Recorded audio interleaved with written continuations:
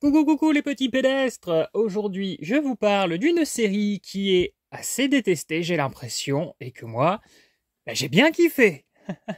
Dragon Ball Super. Alors pourquoi je dis qu'elle est détestée? Parce que en fait quand cette série a commencé, je ne l'ai pas regardée, voilà, j'ai pas suivi, hein, j'ai attendu que tout soit sorti avant de m'y mettre. Euh, et du coup j'entendais des gens me dire ouais c'est nul, voilà. Tiens, je vois qu'il y a une petite tache là, il va falloir que je nettoie ça. Ça c'est un coffret que j'ai acheté état neuf, hein, et il n'y a pas de dégâts à part que là il y a une petite tache. 50 € sur Le Bon Coin ou Vinted, l'un des deux. Voilà l'intégrale. Donc je vous montre un peu comment il se présente. Donc il y a la VF, hein, et la VOST. Donc 131 épisodes intégral. Je regarde tout en VOST. Je peux plus, moi, les voix de l'époque Club Dorothée. Et surtout, c'était très très mal traduit. Donc voilà, moi je ne regarde que en VOST. Vegeta. J'adore Vegeta. Attendez, je suis en train de voir que... Non, parce que je voyais Saga 2, je me suis dit, bah mince, j'ai pas sorti le bon coffret en premier, mais si, c'est parce qu'il y a la Saga 1, 2 et 3 dans ce même coffret. Donc Saga 1, la bataille des dieux. J'ai beaucoup aimé cet arc, hein, j'ai trouvé sympa. Alors au début, quand cette série commence, bon, évidemment, les graphismes ont changé, ce qui m'a pas dérangé, donc c'est normal, hein, que ça évolue. Est-ce que c'est pour ça aussi que les fans ont gueulé? Je ne sais pas. Je vois souvent des mèmes sur Facebook passer, les gens qui disent qu'ils n'aiment pas les graphismes de DBS. Il y a des gens qui comparent avec DBZ et qui montrent les erreurs de graphisme de DBZ pour montrer que c'est pas forcément que DBS qui fait parfois des petites erreurs de dessin. C'était aussi déjà dans Dragon Ball et Dragon Ball Z. Moi personnellement, donc l'évolution des graphismes ne m'a pas dérangé du tout. Effectivement, il y a plus d'humour sur Vegeta quand la série commence, et je me suis dit ah, c'est peut-être pour ça aussi que les gens ont gueulé. Moi j'étais ni pour ni contre. Je me suis dit je suis content de voir Vegeta un peu évoluer. C'est normal, il a passé des années sur Terre, il fréquente voilà, il a des amis, ou en tout cas des connaissances qui sont tout le temps en train de déconner. Donc c'est normal que peut-être que ça ait une petite influence sur lui.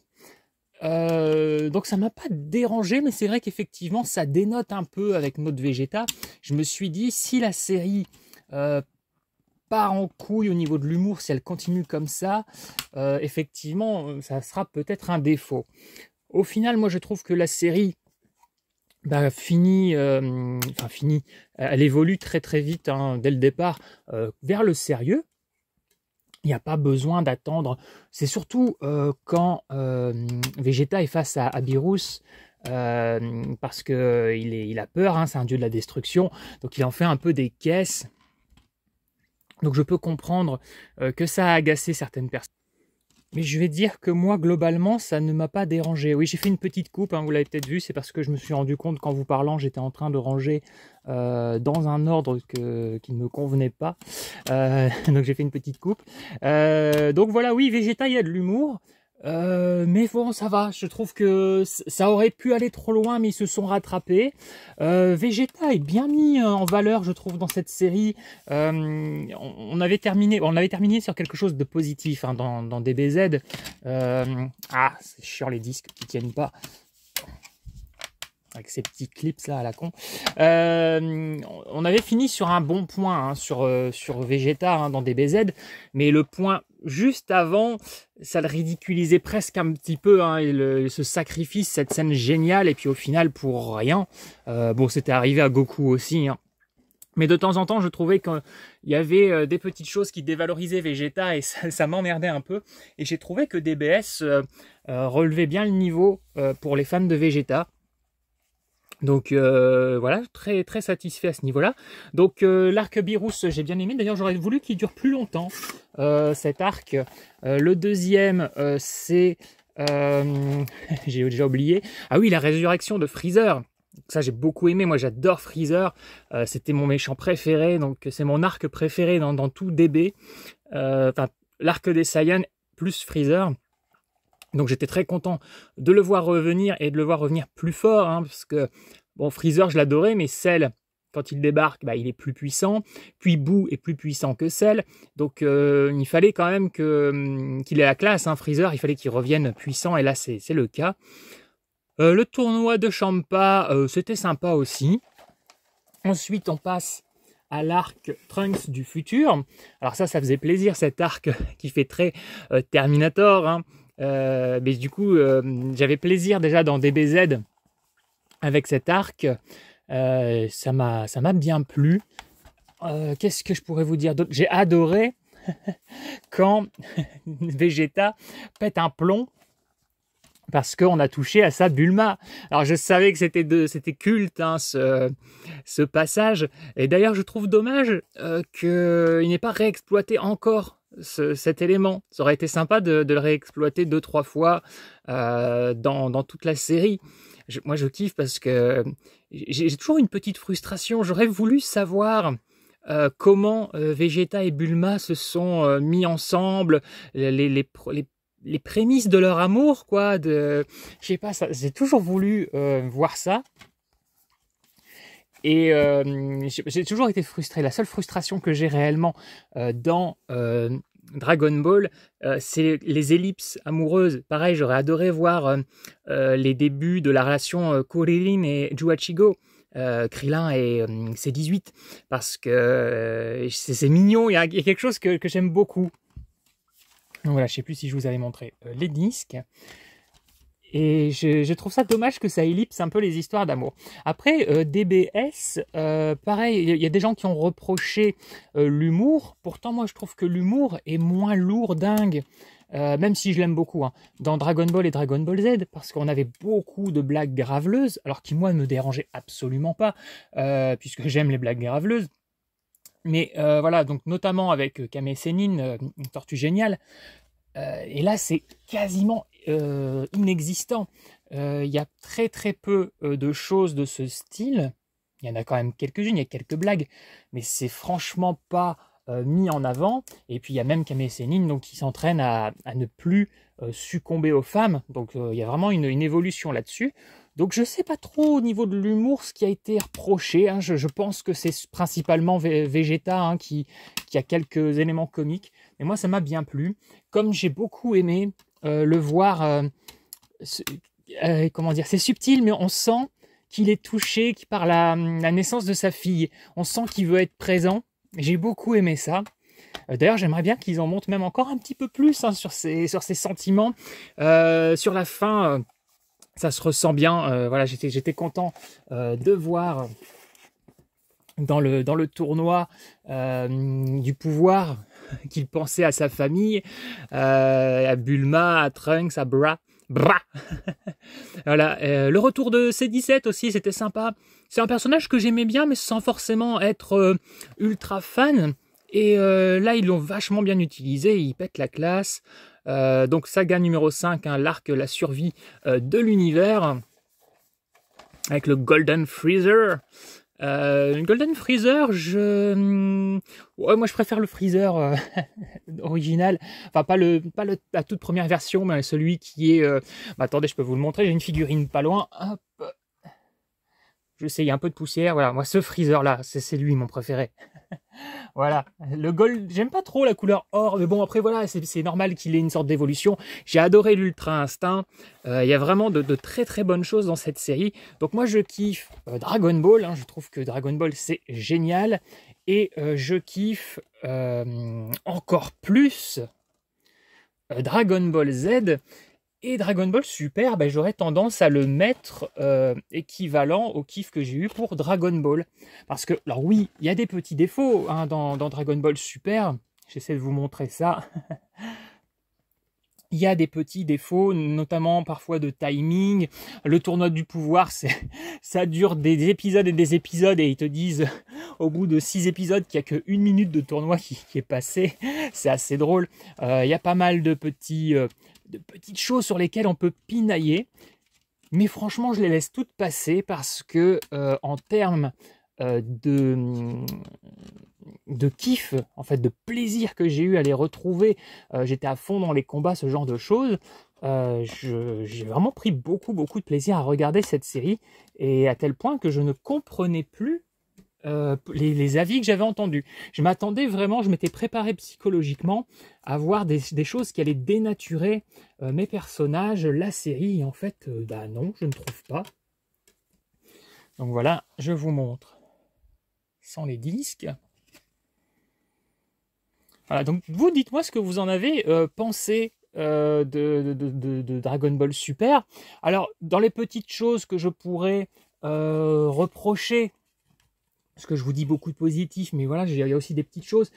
J'étais déçu que Videl, que j'aime beaucoup, ne soit plus badass du tout, mais alors vraiment juste la mère au foyer basique. Alors ça, je trouve ça super dommage. Alors aujourd'hui, on n'arrête pas de nous montrer des badass un peu partout, parce qu'il faut montrer des femmes fortes, gna gna gna. Bon, moi ça me plaît, hein, les femmes fortes, mais on sent qu'il y a trop un mouvement comme ça où on nous oblige presque à en mettre partout, à accepter cette nouvelle image de la femme, alors que toutes les femmes ne sont pas comme ça.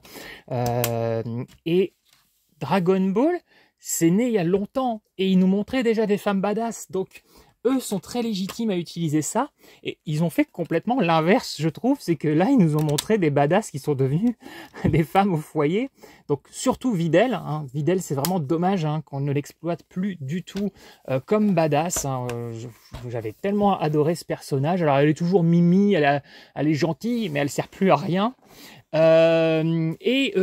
Juachigo, donc c'est 18 que j'adore. C'est pareil, pendant une grosse partie, hein, de Dragon Ball Super, elle est maman, elle est femme au foyer. Bon, c'est heureusement, au bout d'un moment, voilà, elle rentre enfin en action. Elle est invitée au tournoi du pouvoir. Donc ça, c'est super. Donc j'étais content. Je me suis dit, ça va, ce n'est pas qu'une femme au foyer. Elle est encore badass. C'est cool. Donc voilà. Donc déception juste sur Videl. Déception. Alors dans Kuririn, ça faisait longtemps, hein, qu'il se battait plus. C'est quelque chose qui m'ennuyait un peu, mais on l'avait accepté depuis longtemps, on le savait, hein, déjà dans Dragon Ball Z. Mais c'est vrai que déjà dans Dragon Ball Z, ça me faisait un peu tiquer, je trouvais ça dommage. Et là, en fait, Kuririn, ça met du temps, mais il finit enfin par se remettre au combat. Donc j'ai bien kiffé, il se rase le crâne. Donc c'était vraiment un kiff. Il y a de très bons épisodes avec lui, notamment quand il affronte ses peurs. Il y a des choses assez logiques, hein, psychologiquement, sur ce personnage. Ça justifie bien pourquoi il s'était aussi un peu arrêté. Voilà, il a des peurs, hein, tout simplement, et puis il est quand même mort plusieurs fois. Donc c'est normal que maintenant qu'il a une famille, qu'il est amoureux, qu'il a une petite fille, ça lui fasse encore plus peur. Donc j'ai trouvé ça très logique, j'ai trouvé ça très très bien. Il participe au tournoi, ça j'ai trouvé ça super cool.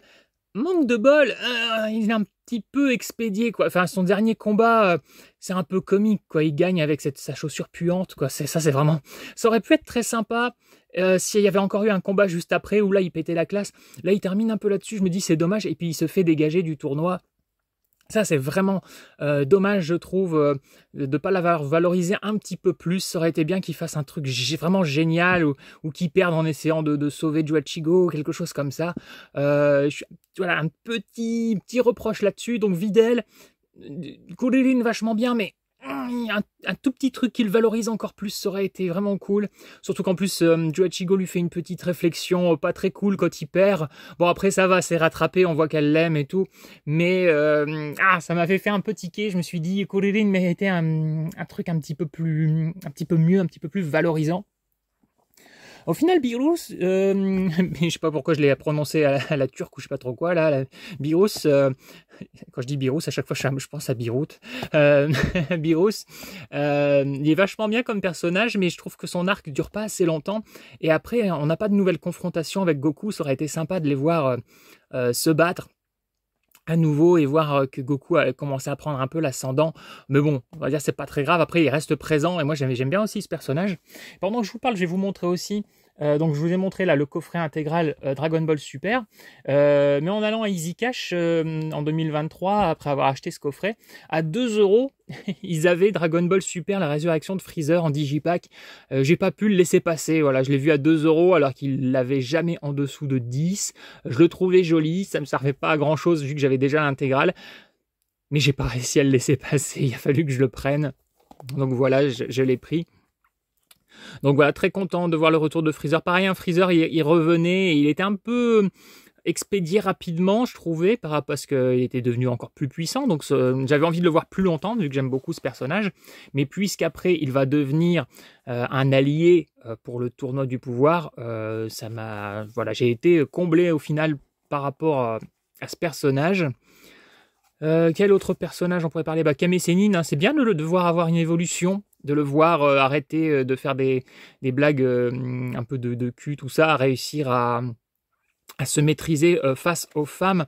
Je sais qu'il y a des gens qui étaient très gênés, hein, puis encore plus aujourd'hui, hein, on nous dit « Ah, c'est pas bien, il est pervers, il est tout ». Ouais, mais on s'en fout, c'est une fiction. Et puis même si c'est le reflet de certaines personnes existantes, oui, mais ça existe de toute façon. Donc pourquoi ne pas en parler? Pourquoi ne pas le détourner? Pourquoi ne pas en faire un personnage comique?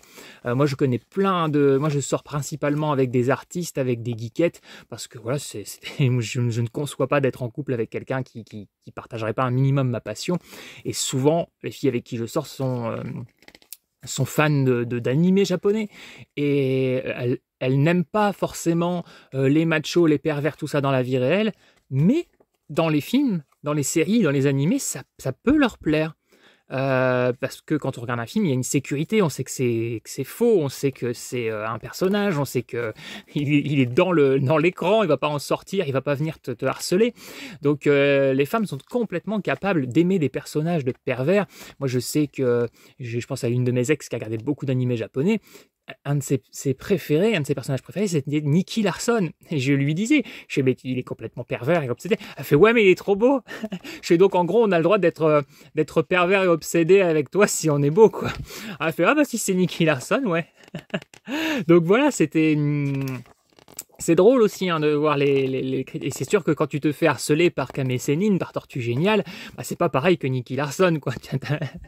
T'as le vieux papy. Je crois que c'est aussi ce que les mecs comprennent pas, hein. Des fois, les mecs qui vont draguer les filles comme ça, qui vont les emmerder dans la rue, dans le métro, peu importe. Les gars, ils sont pas capables de se regarder dans une glace et de comprendre que ils sont pas dignes de certaines femmes, hein. Il faut qu'ils arrêtent de croire quand ils ont je sais pas, hein, je dis un peu n'importe quoi, je fais des caricatures, mais le mec il fait 120 kilos, il est dans un Marcel blanc tout dégueulasse, il a plus de cheveux, bon je dis ça j'en ai plus, mais il est, je sais pas, il a un regard glauque, il est habillé en jogging de merde tout crasseux, et le gars il va aller draguer une jolie petite nana dans le métro, évidemment qu'il va se prendre un râteau.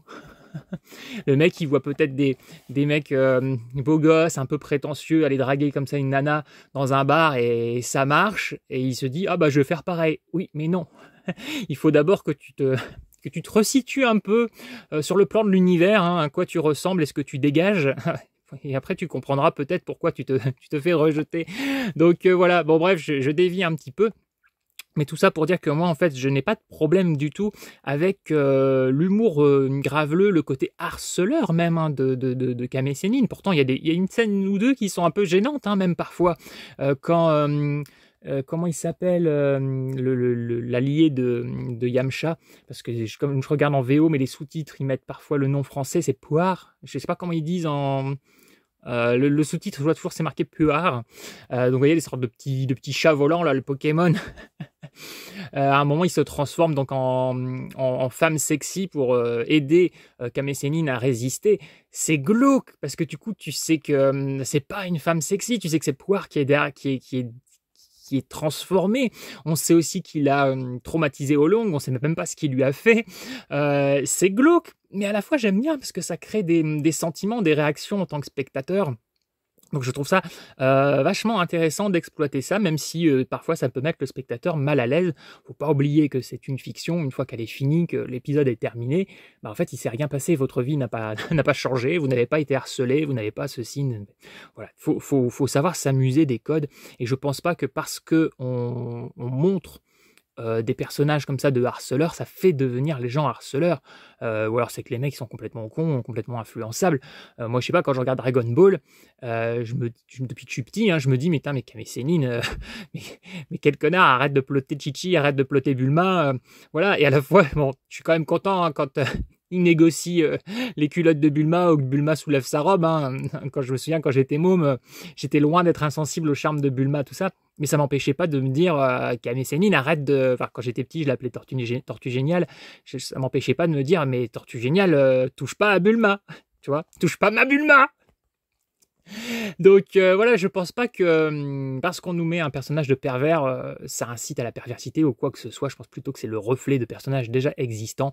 Quand je regarde Dragon Ball, bah, j'ai plus envie d'être Goku ou Vegeta plutôt que Kame Sennin, alors que c'est un personnage qui va me faire marrer. Bref, ça c'était pour le côté humour. Sinon, niveau combat, bah, moi j'ai kiffé. Après, c'est comme toujours, hein, Dragon Ball, c'est le surpassement, voilà, c'est toujours le pouvoir, de plus en plus de pouvoir. Il y a beaucoup de blagues, il y a beaucoup de mèmes là-dessus. Oui, c'est vrai, j'en ai conscience, je le vois bien. Mais franchement, je kiffe, c'est super bon. C'est un peu comme, vous savez, comme Rocky, quoi. Il finit toujours par se surpasser. Ben, moi, j'aime bien, j'aime beaucoup ça. Bon, un truc qu'il y avait dans Dragon Ball Z, c'était qu'on prenait bien le temps de nous montrer les entraînements. Il y avait les chutes de Goku, et puis après il s'entraînait, il était parfois au bord de la mort.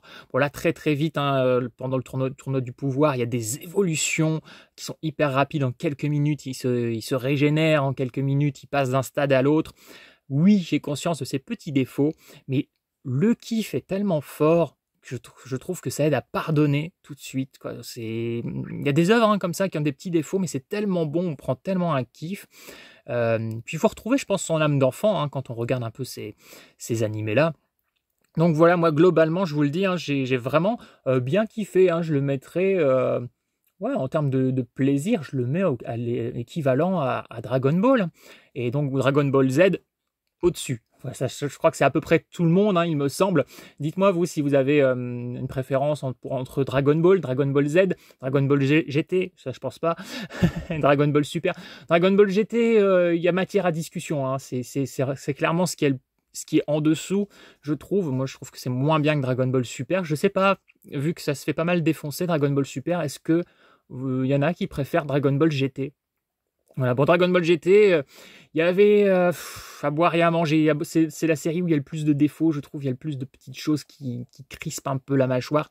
Mais tout n'est pas à jeter. Il y avait des choses intéressantes. C'est pas de la merde. C'est juste que c'est vraiment plusieurs crans en dessous de Dragon Ball et Dragon Ball Z. Donc c'est un peu frustrant. Mais je n'irai pas jusqu'à dire que c'est totalement pourri ou que je passe un très mauvais moment en le regardant. Voilà, c'est pas Dragon Ball Evolution. On en parle de celui-là? Non, on va pas en parler. Bon voilà, je vous ai fait un petit topo rapide sur Dragon Ball Super. Vous dites-moi si vous avez kiffé. Et puis je vous laisse sur le message de paix suivant. Coucou!